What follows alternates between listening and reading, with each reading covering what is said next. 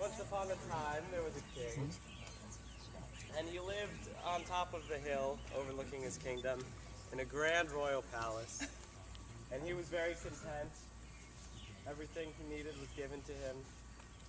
But he realized one day as he was sitting on his throne that he had no idea how all of the people who worked hard to keep the kingdom running lived their lives. And no idea what they did with their day, how they put food on their table. So he decided he was going to investigate. And he had his tailor design an outfit for him, and he dressed up, they put makeup on him, and they made him look like a peasant. And under the cover of the evening dusk, he escaped the palace, and no one knew, and he went out amongst the people to learn what they were doing. And he wandered a little bit, and he was walking by this little cottage in the woods, and he heard singing coming out of it. This was a very run-down old house, and he thought to himself, how could someone be so happy? So he knocked on the door, and a man answered. He was a cobbler. And the king, disguised as a peasant, said, oh, I'm passing through. Could you happen to spare me some food? And the cobbler said, absolutely. Be my guest. Come in. Share my table. So we sat down, and the cobbler just had a loaf of bread to eat, but he was more than willing to share it. And the king asked the cobbler, why are you so happy when you lead such a difficult life? And the cobbler said, why am I happy? I worked all day making shoes, and I made just enough money to buy this loaf of bread, and so I'm going to have food tonight, and now I can share the food with you. And the king said, well, what happens if tomorrow you can't make shoes and you don't get enough money to buy dinner? What are you going to do then? And the cobbler said, today was fine, tomorrow will be fine. I know that everything will be okay. And the king left, and he was very confused by this dinner with this strange cobbler. He thought, how could someone be so naive? You have to prepare, you have to make plans. This man is a fool. He must be shown the error of his ways. So when he got back to the palace late that night, he made an official declaration outlawing the making of shoes. And this was posted all over town. You could no longer make shoes. And the next day, the cobbler woke up and he went to the well to fetch some water, and he saw the proclamation posted saying, no one is to make shoes in this kingdom. And he was starting to think what he might do when he saw a very old woman trying to get her pail down to fetch some water, and he offered to help her. He was a nice guy, and she was so grateful for the help that she gave him a coin. And then another person came by and needed help, and so he helped them too. And this went on for a while, and he spent the day helping people who were sick or tired or old, helping them to fetch their water. And most of them were so grateful that they would give him a coin, give him 2 coins. And so that evening, when the king, once again disguised as a peasant, came to see him, knocked on his door, the king was shocked to see him not only drinking bread, but eating cheese, and once again singing. And the king walked in and said, hi, may I share your table? I'm hungry, I need something to eat. And the cobbler said, of course, be my guest, sit at my table, share my home. And as the king was eating the cheese and eating the bread, he said, I spoke to you yesterday. You must have defied the king's orders to make the money to buy your meal. And the cobbler explained, no, I couldn't do this to make money, so I found this other thing to do, and I was able to provide for myself. And this outraged the king. He left that night, thought this man is a fool. Maybe something worked out of luck this time, but he needs to be shown the error of his ways. He needs to learn that you can't just go around being jolly all the time and expecting that things will be okay. And so, that night, he made an official proclamation once again, saying, everyone must get their own water. No one's allowed to be paid for helping people to fetch water from the wells. And so the next day, the cobbler went to the well. He saw the proclamation, thought, oh, guess I can't do this anymore.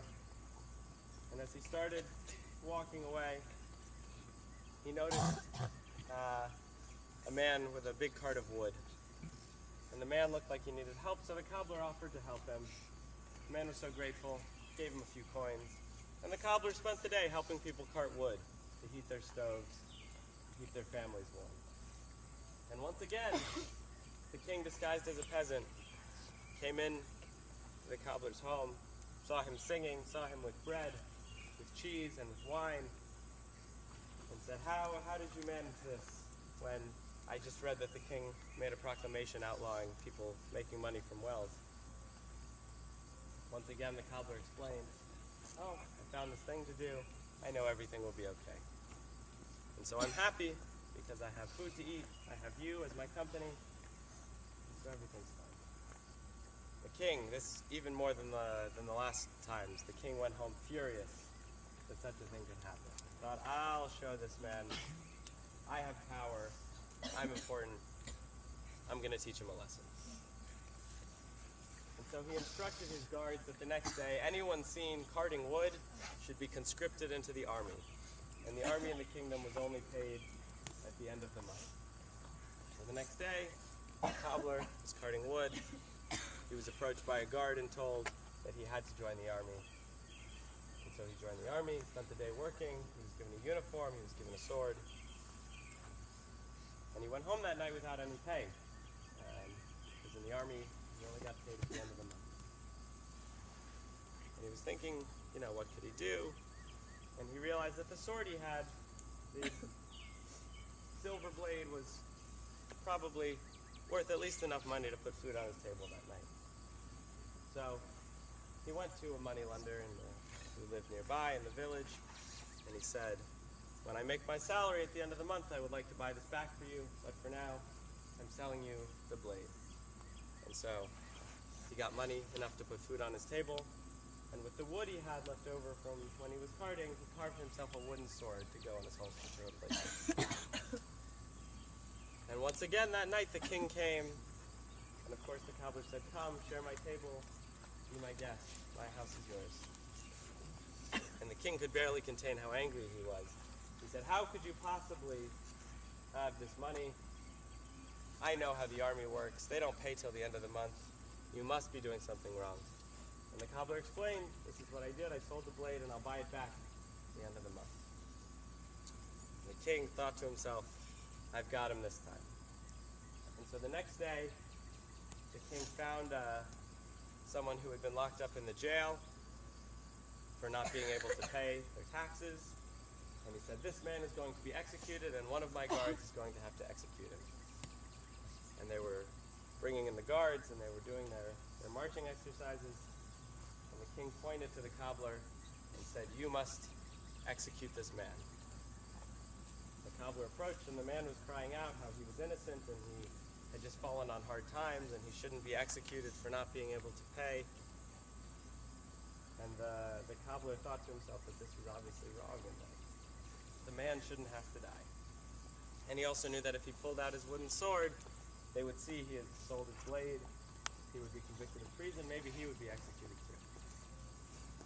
And so he stood in the middle of this big crowd of people with the king watching, with all the guards, and he held his hands to the sky and he cried out, if this man is innocent, let my sword be turned to wood.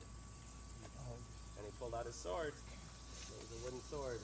And the crowd all gasped, and everyone was shocked, and no one knew what to do. And the king had no choice but to say to everyone, this man will be freed, and he can go on his way, and he won't be executed.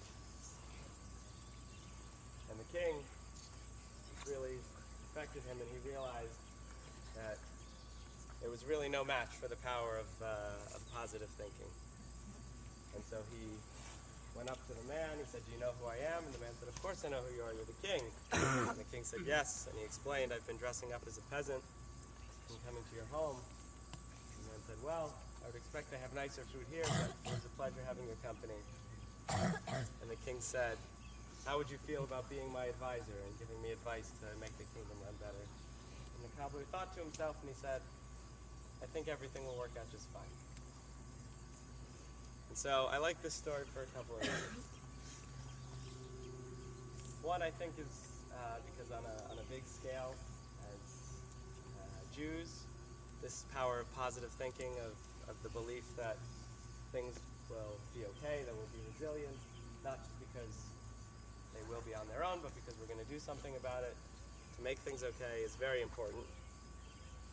And this weekend, as we commemorate Tisha B'Av, we're going to learn not just about people and Jews who have fallen on hard times, but also people who took steps to improve their life and the lives of others, and to make things be okay, and not just to wait for them to happen. But I think that's also an important thing to think about when we're here at Moshe. Yesterday I spent most of the day with a complete van full of people, friends who needed to see doctors, with infected bug bites and upper respiratory infections and corneal ulcers and all kinds of things. And we spent hours and hours being seen by doctors. We didn't get lunch on time. The van got a flat tire, and it was a big balagan. And when I came back, I told Rachel all about this, and she said, oh, I'm so sorry, this sounds terrible. And I thought about it, and I said, no, it really wasn't that terrible. We actually had a lot of fun together. And that's because the situations can be what they are, but the people who are here in the community we have make sure that no matter what things go awry, everything will turn out just fine. We'll deal with what we have to deal with, and we'll always have a lot of fun laughing and smiling together. And so this Shabbat, I hope that whatever things are on your mind or on your body, lice, scabies, who knows, that you'll take a minute to thank the people around you for making sure that no matter what, we're happy, having a good time, and everything's okay. So Shabbat Shalom, and we face the setting Mirpah. You weren't paying attention.